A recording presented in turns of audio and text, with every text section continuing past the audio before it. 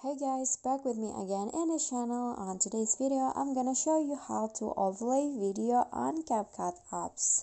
So here I've already at the editor page on Capcut and I want to add overlay into it.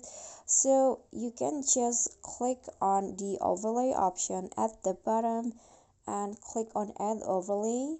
So here you can either use the overlay from your own gallery, or you can also use the stock videos from Capcut, and today's I'm going to just use the stock videos.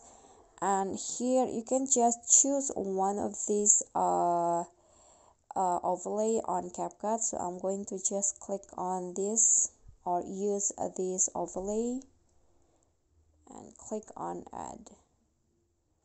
Okay, so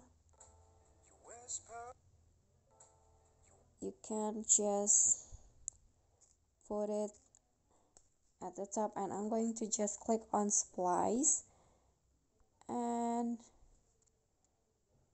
I'm going to click on lighten, and now the overlay will look like that.